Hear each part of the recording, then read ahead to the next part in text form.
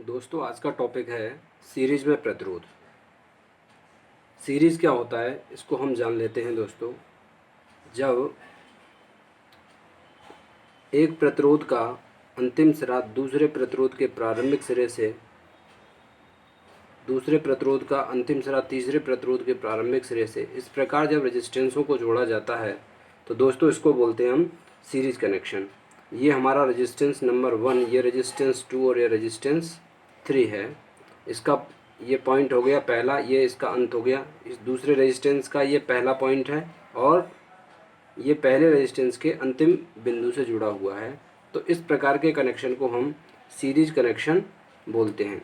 तो series connection जैसा कि आपको दिख रहा है कि सीरीज कनेक्शन में धारा का केवल एक ही मार्ग होता है। अगर हमने यहाँ पर सोर्स लगा दिया, यहाँ हमने वोल्टेज लगा दिया, इस वोल्टेज के कारण यहाँ पर जब करंट फ्लो करेगा तो देखो करंट का केवल, अगर यहाँ प्लस है यहाँ माइनस है तो करंट का केवल एक ही मार्ग है। एक तो हम कह सकते हैं एक ऐसा कनेक्शन जिसमें धारा का केवल एक ही मार्ग होता है उसे हम सीरीज कनेक्शन कहते हैं, उसे हम सीरीज कहते हैं। तो सीरीज है दोस्तों, सीरीज में धारा का केवल एक ही मार्ग होता है। तो इस प्रकार हम सीरीज कनेक्शन को समझ सकते हैं। सीरीज कनेक्शन में जब अभी आपने देखा कि धारा का केवल एक ही मार्ग है, तो अगर हम यहाँ पर एम्पीयर मीटर अगर लगा देंगे और यहाँ एम्पीयर मीटर लगाएं या यहाँ एम्पीयर मीटर लगाएं या यहाँ पर एम्पीयर मीटर लगाएं, सबकी एक ही रीडिंग रहेगी, क्योंकि यहाँ से धारा जितनी इसमें प्रवेश कर रही है उतनी ही धारा यहाँ से निकल भी रही है। तो दोस्तों हम कह सकते हैं कि सीरीज़ में किसी भी बिंदु पर हम यहाँ या यहाँ कहीं पर भी एम्पीयर मीटर लगाएंगे तो एम्पीयर मीटर की रीडिंग है वो समान मिलेगी, क्योंकि धारा का केवल एक ही मार्ग है। तो हम कह सकते हैं कुल करंट बराबर IR1, रेजिस्टेंस R1 में जाने वाली विद्युत धारा बराबर रेजिस्टेंस R2 में जाने वाली विद्युत धारा बराबर रेजिस्टेंस R3 में जाने वाली विद्युत धारा। तीनों प्रतिरोध में जो विद्युत धारा प्रवाहित होगी वो कुल धारा के मान के बराबर होगी। अब हमने यहाँ पर एम्पीयर मीटर लगा दिया, ये हमारा हो गया A1 एम्पीयर मीटर 1। यहाँ एक रेजिस्टेंस है और यहाँ मैंने एम्पीयर मीटर लगा दिया, इसका नाम A2 दे दिया, ये R1 हो गया। अब मैंने यहाँ एक रेजिस्टेंस और लगाया, इसका नाम दे दिया मैंने R2 और यहाँ पर मैंने एक एम्पीयर मीटर लगा दिया, इसका नाम हो गया A3। फिर मैंने यहाँ एक रेजिस्टेंस और लगाया R3 और यहाँ एक एम्पीयर मीटर लगा दिया दोस्तों, इसका नाम हो गया A4। और फिर मैंने लास्ट पॉइंट पर एक एम्पीयर मीटर और लगा दिया, इसका नाम हो गया A5। तो यहाँ पर मैंने वोल्टेज लगाया प्लस और ये इसका माइनस हो गया। तो A1 के द्वारा जो विद्युत धारा मापी जा रही है वो कुल विद्युत धारा है। तो यहाँ से जो करंट इसमें प्रवेश कर रहा है वो R1 से निकलता हुआ इस एम्पीयर मीटर से जा रहा है, फिर यहाँ से, फिर इस एम्पीयर मीटर से, फिर यहाँ से, फिर इस एम्पीयर मीटर से। तो कहने का मतलब यह है दोस्तों, ये और ये जितने भी एम्पीयर मीटर इसमें लगे हुए हैं, ampere meter number 1, ampere meter number 2, ampere meter number 3, ampere meter number 4 और एम्पीयर मीटर नंबर 5, जितने भी एम्पीयर मीटर यहाँ लगे हुए हैं सबके सब एम्पीयर मीटर हैं, वो बराबर रीडिंग देंगे। वो मैंने अभी आपको दोस्तों इधर बताया भी है। देखो कुल करंट है, कुल करंट क्या है, IR1 बराबर IR2 बराबर IR3 है। ठीक है जी। इस प्रकार हम इसको समझ सकते हैं कि इसमें करंट की क्या कंडीशन रहने वाली है। तो हम यहाँ पर एक नोट लिख लेंगे,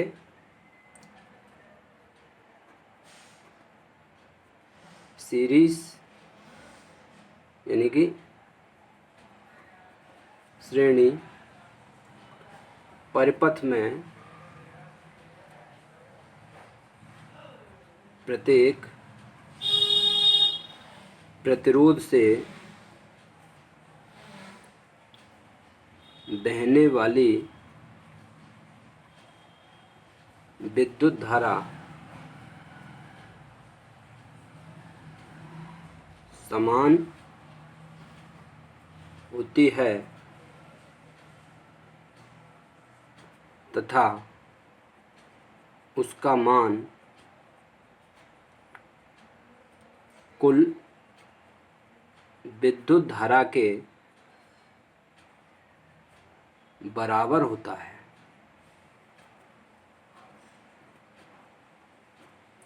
ठीक है जी, इस प्रकार हम इस नोट को लिख लेंगे। अब मैं एक एग्जाम्पल दोस्तों लेता हूँ। ये 3 प्रतिरोध हैं, 3 प्रतिरोध। यहाँ पर हमने वोल्टेज लगा दिया। ये हो गया हमारा R1, ये हो गया R2 और ये हो गया R3। ठीक है जी, R1 की वैल्यू हो गई 10 ओम, इसकी वैल्यू हो गई 20 ओम और इसकी वैल्यू हो गई 30 ओम। और यहाँ पर जो वोल्टेज दिया है दोस्तों वो हमने दे दिया, मान लीजिए 60 वोल्टेज दे दिया। ठीक है जी, अब 60 वोल्टेज देने पर मुझे इसमें करंट निकालना है, तो यहाँ एक एम्पीयर मीटर लगा देता हूँ। ये एम्पीयर मीटर क्या रीडिंग देगा वो हमको निकालना है। तो कैसे निकाल सकते हैं, तो सबसे पहले हमको इसका कुल प्रतिरोध निकालना पड़ेगा। तो कुल प्रतिरोध निकालने का जो फॉर्मूला है सीरीज सर्किट में वो दोस्तों होता है R बराबर R1 plus R2 plus R3 plus dot dot dot Rn। कितने भी प्रतिरोध इसमें लगे हों उन सभी के व्यक्तिगत मानों का यदि योग कर दिया जाए तो सर्किट का कुल रेजिस्टेंस प्राप्त किया जा सकता है। तो R बराबर कितना हो जाएगा, 10 प्लस 20 प्लस 30। देखो ये कहाँ से आ गया दोस्तों, ये यहाँ से 10, 20 और 30। तो कुल रेजिस्टेंस कितना आ गया, 60 ओम। 60 ओम कुल रेजिस्टेंस आ गया दोस्तों, ये हो गया हमारा। अब मैं पिछले वीडियो में ओम के नियम में ये बता चुका हूँ कि करंट कैसे निकालते हैं। तो करंट निकालने का एक फॉर्मूला है I बराबर B बटे R। वोल्टेज कितना है दोस्तों, 60। रेजिस्टेंस कितना है दोस्तों, सॉरी वोल्टेज 60 है, रेजिस्टेंस भी 60 है, रेजिस्टेंस भी 60 है। तो कितना करंट आ गया, 1 एम्पियर। ये 1 एम्पियर करंट आ गया दोस्तों। अब ये जो 1 एम्पियर करंट है वो 1 एम्पियर करंट, कुल करंट भी 1 एम्पियर है। ये इस यहाँ पर भी नापूंगा एम्पियर मीटर लगा करके तो वो भी 1 एम्पियर आएगा, यहाँ भी 1 एम्पियर आएगा और यहाँ पर भी 1 एम्पियर ही आएगा। तो इस प्रकार मैं कह सकता हूँ कि प्रत्येक रेजिस्टेंस में से जो जाने वाली विद्युत धारा है उसका मान है दोस्तों समान ही रहेगा। तो हम अब नेक्स्ट आगे बढ़ते हैं कि जो रेजिस्टेंस है उसकी हमने करंट के बारे में पता कर लिया है कि सीरीज सर्किट के प्रत्येक रेजिस्टेंस से जाने वाली जो विद्युत धारा है उसका मान समान होता है दोस्तों। और ये जो करंट है इससे अब हम अगर वोल्टेज ड्रॉप निकालना चाहें तो आगे मैं वोल्टेज की कंडीशन ही बताने वाला हूँ आपके लिए। वोल्टेज सीरीज में वोल्टेज क्या होंगे, सीरीज में हमने करंट पढ़ लिया था, अब सीरीज में वोल्टेज, सीरीज में वोल्टेज, वोल्टेज की क्या कंडीशन होगी। अब देखो ऊपर वाला जो सर्किट है उसी सर्किट को एग्जांपल के तौर पर अगर मैं यहाँ पर लूँ,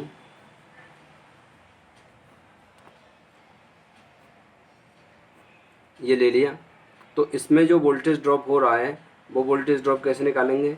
देखो इसमें वोल्टेज ड्रॉप हो रहा है V1, इसमें वोल्टेज ड्रॉप हो रहा है V2 और इसमें वोल्टेज ड्रॉप हो रहा है V3 और यहाँ पर करंट प्रवाहित हो रहा है इसमें, है ना। अभी हमने करंट निकाला है, करंट कितना प्रवाहित हो रहा है, 1 एम्पियर। 1 एम्पियर विद्युत धारा प्रवाहित हो रही है इसमें। अब इस रेजिस्टेंस की जो वैल्यू है वो 10 ओम का है, ये 20 ओम का है और ये 30 ओम का है और यहाँ पर हमने 60 वोल्ट दिया था। तो वोल्टेज का जो फॉर्मूला है वो क्या होता है, B बराबर I इंटू R। अब देखिए ये हमारा कुल वोल्टेज निकालने का फॉर्मूला है। अब देखो कुल वोल्टेज निकालने के लिए कुल करंट कितनी है, 1 एम्पियर। 1 एम्पियर कुल करंट हो गई। रेजिस्टेंस कितना है, कुल रेजिस्टेंस हो गया दोस्तों, कुल रेजिस्टेंस कितना आया था, 60 ओम आया था। तो 60, तो वोल्टेज कितना हो गया, 60 वोल्ट। ये हमारा कुल वोल्टेज आ गया। ऐसे ही अगर हमको V1 निकालना है तो V1 बराबर I इंटू R1। करंट तो प्रत्येक रेजिस्टेंस में बराबर रहेगी जो कुल करंट के बराबर होगा। और रेजिस्टेंस कितना है, R1 10 ओम है तो 10 यहाँ लिख लिया जाएगा। तो कितना हो गया, 10 वोल्ट। V2 कितना हो गया, I इंटू R2 कितना हो गया, I उतना ही रहेगा, सीरीज है, प्रत्येक रेजिस्टेंस में जाने वाली धारा बराबर रहेगी तो 1 एम्पियर हो गया। R2 कितना है दोस्तों, 20, तो यहाँ हो गया 20 वोल्ट। ऐसे ही अगर मैं V3 कैलकुलेट करता हूँ तो I इंटू R3, तो ये हो जाएगा, करंट तो 1 एम्पियर ही रहना है, रेजिस्टेंस कितना है 30, तो यहाँ पर हो गया।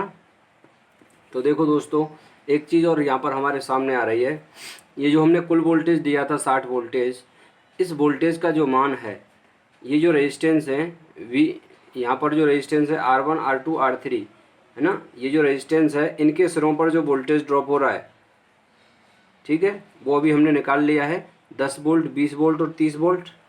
यहाँ 10 वोल्ट ड्रॉप हो रहा है, ये 20 वोल्ट आ रहा है और यहाँ पर ये 30 वोल्ट आ रहा है। तो V बराबर क्या आ रहा है, V1 plus V2 plus V3।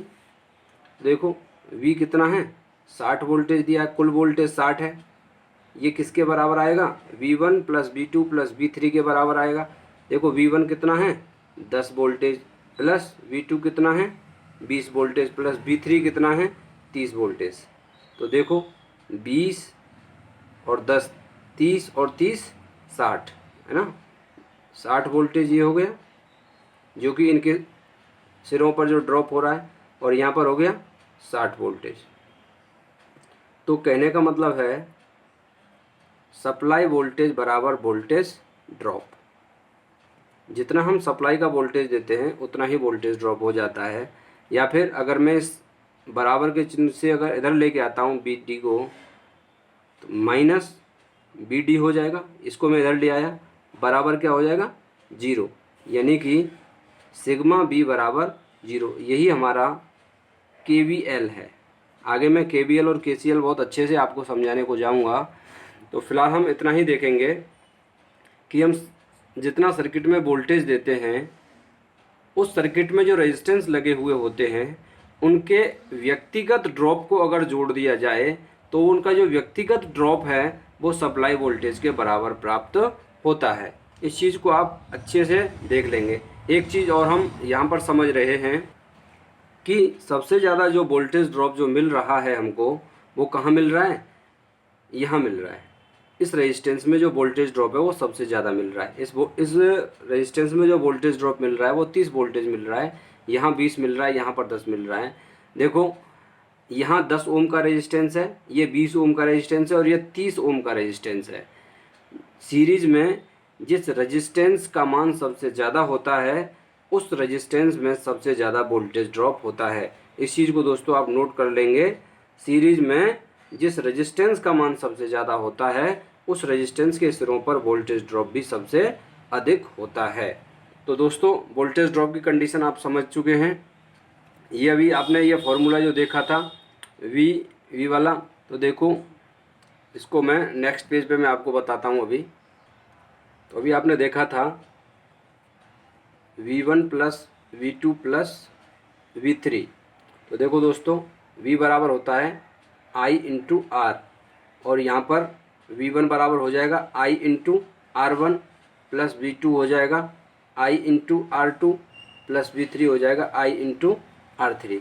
देखो I टोटल जो करंट है वो रेजिस्टेंस 1 में भी वही करंट जाएगा, 2 में भी वही और 3 में भी वही। सीरीज में धारा का मान प्रत्येक रेजिस्टेंस में बराबर होता है, इसलिए यहाँ पर हमने सब जगह I लिखा है। तो देखो यहाँ पर कॉमन क्या आ रहा है, I और I। देखो सब में कॉमन I आ गया, तो यहाँ बच गया R1 plus R2 plus R3, और इधर क्या हो गया I इंटू R। अब देखो दोस्तों ये I और R का गुणा है, गुणा की संख्या उधर जाके भाग में चले जाएगी, तो इस I से ये I कट जाएगा। तो कुल रेजिस्टेंस निकालने का formula R1 plus R2 plus R3 plus dot dot dot RN। ऐसे कितने भी रेजिस्टेंस जुड़े हों उन सब का अगर हमको कुल प्रतिरोध निकालना है तो हम इस प्रकार उसको निकाल सकते हैं, R बराबर R1 plus R2 plus R3। इससे हम कैलकुलेट उसको कर सकते हैं। तो आपको जो कुल रेजिस्टेंस प्राप्त होगा वो इन सब के व्यक्तिगत योग के द्वारा हो जाएगा। तो अभी मैंने ये फॉर्मूला उधर भी आपसे डिस्कस किया था। तो हम वोल्टेज के बारे में पता कर चुके हैं। वोल्टेज कैसे निकालेंगे, प्रत्येक रेजिस्टेंस के सिरों पर होने वाले वोल्टेज ड्रॉप को जोड़ देंगे। ठीक है जी, ये भी हमने देखा था उधर, यहाँ V1 हो रहा था, यहाँ V2 हो रहा था, यहाँ V3 हो रहा था। तो सप्लाई वोल्टेज क्या मिल रहा था, V1 plus V2 plus V3, यानी कि ये वोल्टेज कितना प्राप्त हो रहा था, इन सभी वोल्टेजों को अगर जोड़ देंगे तो सप्लाई का वोल्टेज प्राप्त हमको हो जाएगा।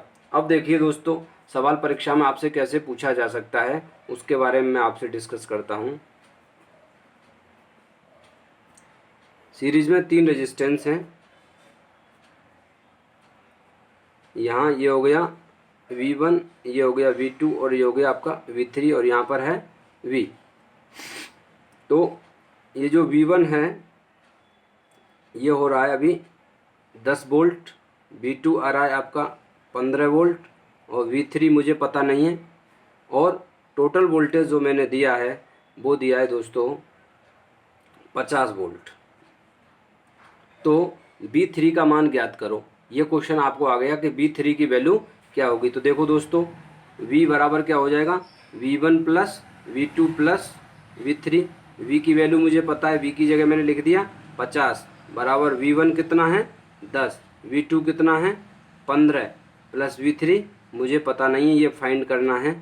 तो देखो 10 और 15 कितना हो गया 25 प्लस V3 और यहाँ कितना हो गया 50। तो देखो दोस्तों 50 इधर है तो 50 माइनस 25 बराबर V3, इस 25 को इधर ले आया मैं, पश्चांतर हो गया।